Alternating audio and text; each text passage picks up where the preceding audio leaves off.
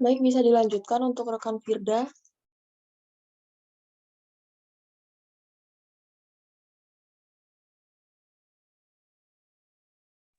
Baik, yang pertama tentang pengertian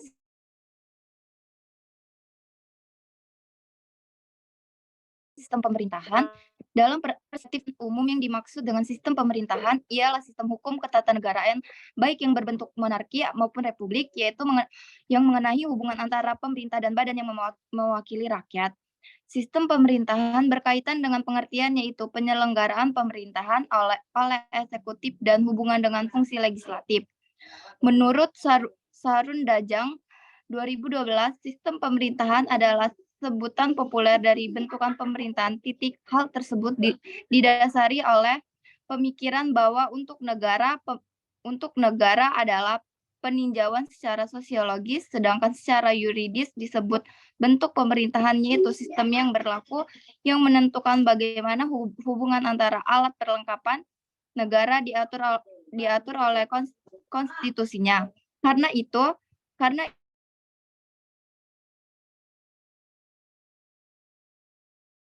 itu bentuk pemerintahan sering baik segitu saja yang saya sampaikan. Saya kembalikan ke moderator. Baik, materi selanjutnya akan dijelaskan oleh Feby.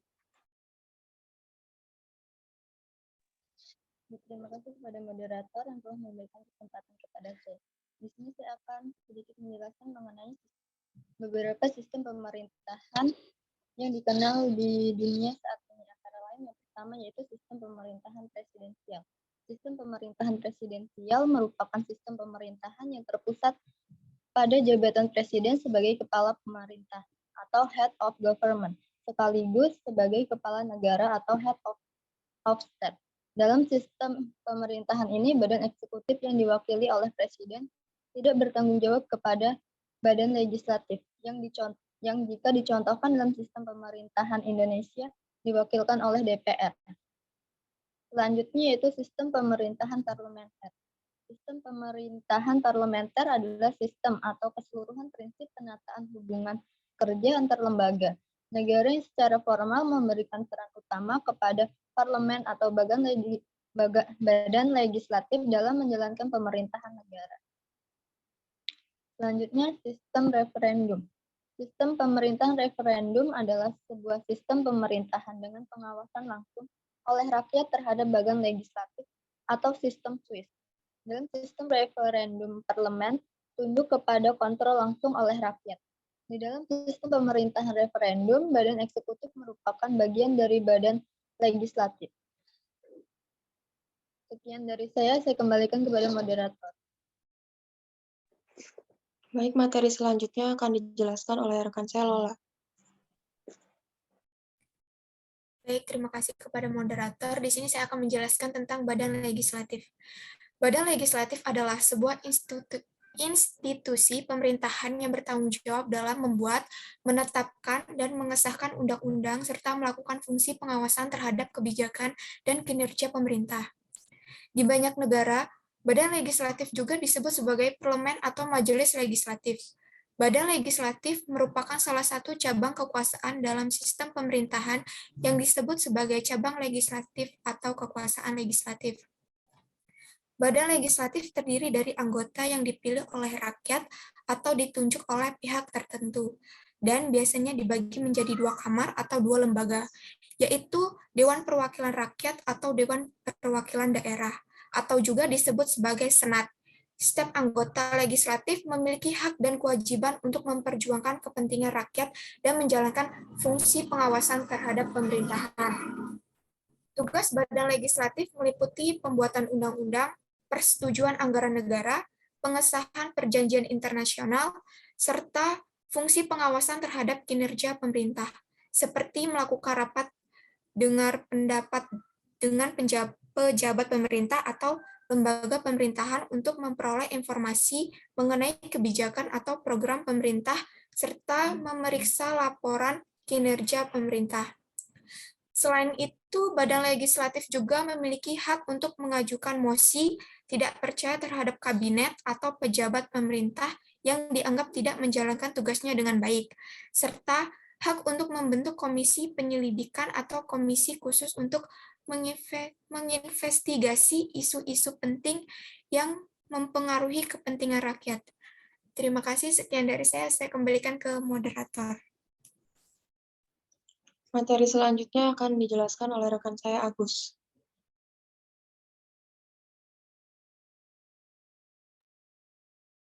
Terima kasih moderator. Di sini saya akan menyampaikan materi mengenai badan eksekutif. Jadi badan eksekutif ini merupakan badan pelaksana undang-undang yang dibuat oleh badan legislatif bersama dengan pemerintah. Kemudian kekuasaan dari badan eksekutif ini mencakup beberapa bidang, diantaranya yaitu kekuasaan diplomatik, administratif, militer, yudikatif, dan legislatif. Diplomatik di sini menyelenggarakan hubungan diplomatik dengan negara-negara yang lain. Kemudian kekuasaan administratif di sini lembaga eksekutif berwenang untuk melaksanakan undang-undang serta peraturan lain dan menyelenggarakan administrasi negara. Yang ketiga, militer mengatur angkatan bersenjata, menyelenggarakan perang, keamanan, dan pertahanan negara. Kemudian yudikatif memberi gerasi, amnesti, dan lain sebagainya. Kemudian yang terakhir yaitu legislatif. Eksekutif mempunyai kewenangan untuk merencanakan undang-undang dan membimbingnya dalam badan perwakilan rakyat sampai menjadi undang-undang. Sekian yang bisa saya sampaikan, saya kembalikan ke moderator. Selanjutnya materi yang terakhir akan disampaikan oleh rekan saya, Wulan. Baik, terima kasih moderator atas waktunya. Di sini saya akan menjelaskan tentang lembaga yudikatif. Lembaga ini merupakan suatu badan dengan sifat yuridis yang berfungsi untuk mengadili kewenangan konstitusi dan peraturan perundang-undangan oleh institusi pemerintah. Dalam menjalankan tugas dan fungsinya, lembaga yudikatif bersifat independen dan terbebas dari intervensi pemerintah. Lembaga yudikatif di Indonesia terdiri dari Mahkamah Agung dan Mahkamah Konstitusi. Kekuasaan yudikatif sebenarnya bersifat teknis dan termasuk bidang ilmu hukum daripada ilmu politik. Sistem hukum yang berlaku di Indonesia, khususnya sistem hukum perdata, hingga kini masih terdapat dualisme, yaitu yang pertama, sistem hukum adat. Suatu tata hukum yang bercorak asli Indonesia dan umumnya tidak tertulis. Kedudukan hukum adat dalam sistem hukum di Indonesia memiliki kedudukan secara konstitusional, bersifat sama dengan kedudukan hukum pada umumnya dan berlaku dalam kehidupan bernegara di Indonesia. Selanjutnya adalah sistem hukum Eropa Barat Belanda yang bercorak kode-kode Prancis zaman Napoleon yang dipengaruhi oleh hukum Romawi. Sistem ini menekankan pada penggunaan aturan-aturan hukum yang sifatnya tertulis dan sistematika hukumnya. Karena awalnya perkembangan daratan Eropa Timur sehingga dikenal sebagai sistem Eropa kontinental. Tata cara penundukan dengan sukarela pada hukum perdata Eropa sebagai berikut. Yang pertama, penundukan untuk seluruh hukum perdata dan hukum dagang Eropa, karena itu merupakan hukum perdata dan hukum dagang Eropa. Akibatnya berlaku terhadap kepada mereka pasal 1 sampai 17. Yang kedua adalah penundukan untuk sebagian hukum perdata dan hukum dagang Eropa. Artinya tunduk kepada sebagian dan hukum perdata dan hukum dagang yang menjadi undang-undang diperlakukannya terhadap orang-orang timur asing, bukan Cina. Pasal 18 sampai 25. Contohnya tunduk pada hukum perjanjian Eropa yang diatur dalam buku 3 KUHP. Selanjutnya adalah penundukan anggapan. Artinya orang bumi putra dan timur asing yang bukan Cina menganggap sudah dengan sendirinya mereka tunduk pada hukum perdata dan hukum dagang Eropa. Pasal 24 sampai 30. Contohnya, apabila orang bumi putra berulang-ulang melakukan penarikan wesel atau cek, maka dianggaplah dia telah tunduk dengan sukarela kepada peraturan hukum yang mengatur tentang cek dan wesel yang terdapat pada hukum dagang Eropa. Terima kasih. Baik, itu saja mungkin materi yang dapat kelompok kami sampaikan. Selanjutnya, kelompok kami akan membuka sesi tanya-jawab. Untuk rekan-rekan yang ingin bertanya, dipersilahkan. Kami membuka 3 pertanyaan.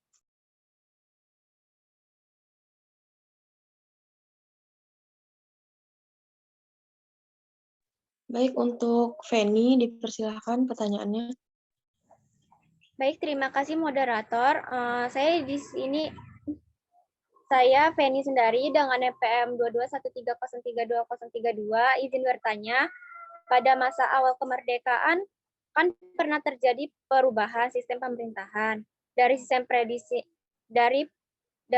presidensial ke sistem parlementer. Apakah yang menjadi latar belakang perubahan tersebut? Terima kasih. Baik, untuk penanya selanjutnya, untuk Amelia Irwana, dipersilakan. Terima kasih moderator. Sebelumnya, izin perkenalkan diri, nama saya Amelia Irwana dengan NPM 2213032005. Di sini saya akan bertanya, apakah sistem prudensial di Indonesia sudah berjalan dengan baik, dan apa penerapan bagi sistem ini agar berjalan dengan baik? Terima kasih. Untuk penanya terakhir, Selisa Fitri. Baik, terima kasih moderator. Saya Selisa Fitri Julianti dengan MPM 2213032022. Izin bertanya, apakah Badan Eksekutif dan Badan Legislatif memiliki keterkaitan dalam menjalankan fungsinya? Terima kasih. Baik, terima kasih untuk teman-teman yang sudah bertanya. Kelompok kami minta waktu untuk menyiapkan jawabannya.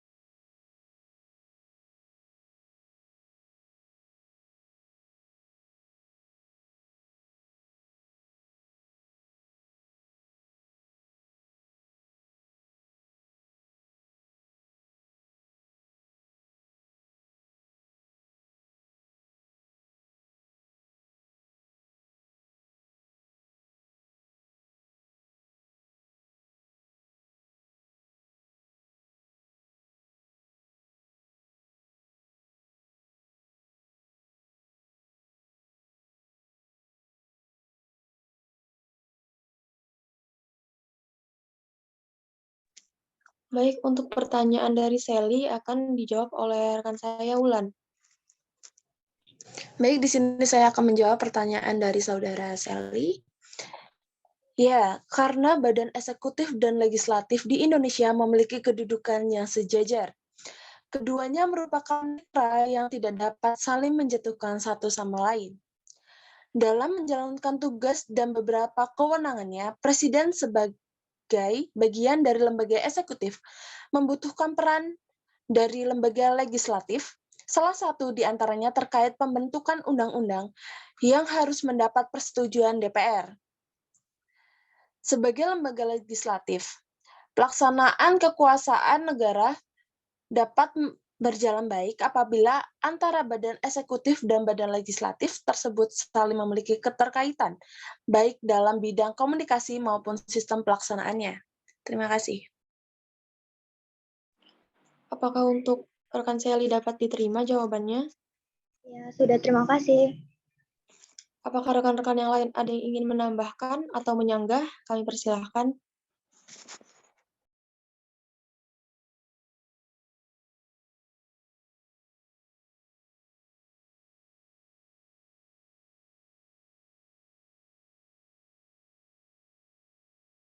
Baik, jika tidak ada, langsung saja untuk pertanyaan kedua dari Feni akan dijawab oleh Lola. Baik, di sini saya akan menjawab pertanyaan dari Feni. Pada masa awal kemerdekaan pernah terjadi perubahan sistem pemerintahan dari sistem presidensial ke sistem parlementer. Apakah yang menjadi latar belakang perubahan tersebut? Alasan perubahan sistem pemerintahan dari presidensial menjadi parlementer pada masa awal kemerdekaan, kekhawatiran BPKNIP atas otoritas mutlak presiden sebagai pemegang kekuasaan tertinggi. Terima kasih. Bagaimana rekan Feni, apa bisa diterima jawabannya? Iya, baik, cukup. Apakah rekan-rekan lain ada yang ingin menambahkan atau menyanggah? Silakan Intan.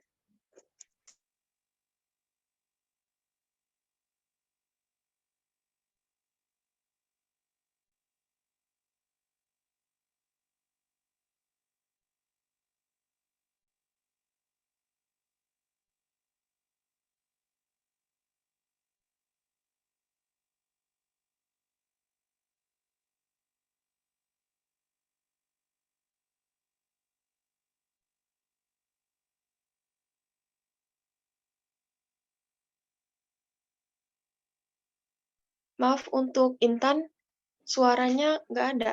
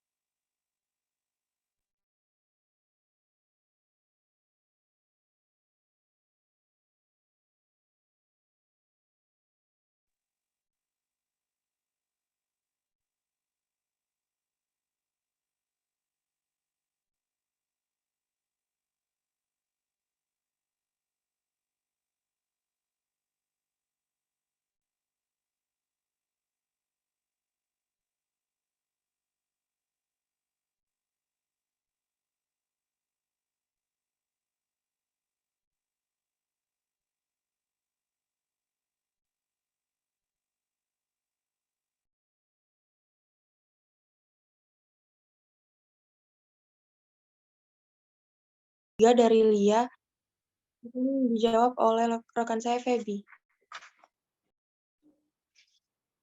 Jadi di sini saya akan menjawab pertanyaan dari Lia. Apakah sistem presidensial di Indonesia sudah berjalan dengan baik dan apa penerapan bagi sistem ini agar berjalan dengan baik? Sistem pemerintahan presidensial masih kurang baik dan masih sulit diterapkan di Indonesia.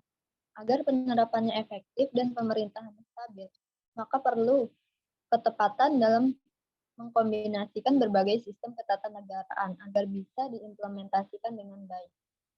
Misalnya sistem presidensial akan berjalan baik apabila diterapkan bersama dengan sistem partai. Indonesia kombinasi adalah sistem pemerintahan presidensial. Dalam sistem kepartaiannya adalah multipartai. Hal tersebut sering terjadi bahan diskusi karena dianggap perpaduan yang kurang tepat karena dinilai dapat mengganggu stabilitas dan efektivitas pemerintahan. Untuk itu perlu dicarikan solusi yang baik dan tepat agar pemerintahan berjalan stabil dan efektif. Sekian dari saya kembalikan pada moderator. Apakah rekan Lia bisa diterima jawabannya? Baik, bisa diterima. Terima kasih, moderator. Untuk teman-teman yang lain, apakah ada yang ingin menambahkan atau menyanggah? Dipersilahkan.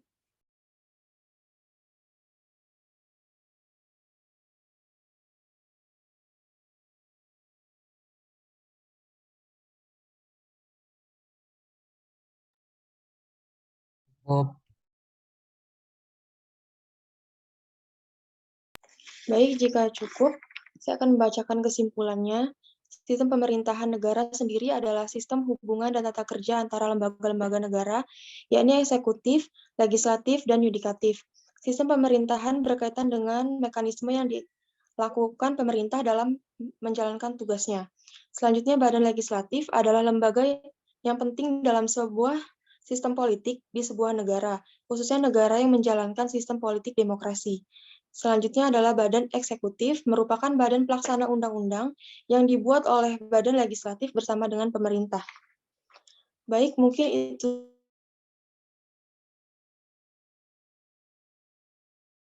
Wabarakatuh. Waalaikumsalam Waalaikumsalam warahmatullahi warahmatullahi wabarakatuh. wabarakatuh. Baik, selanjutnya.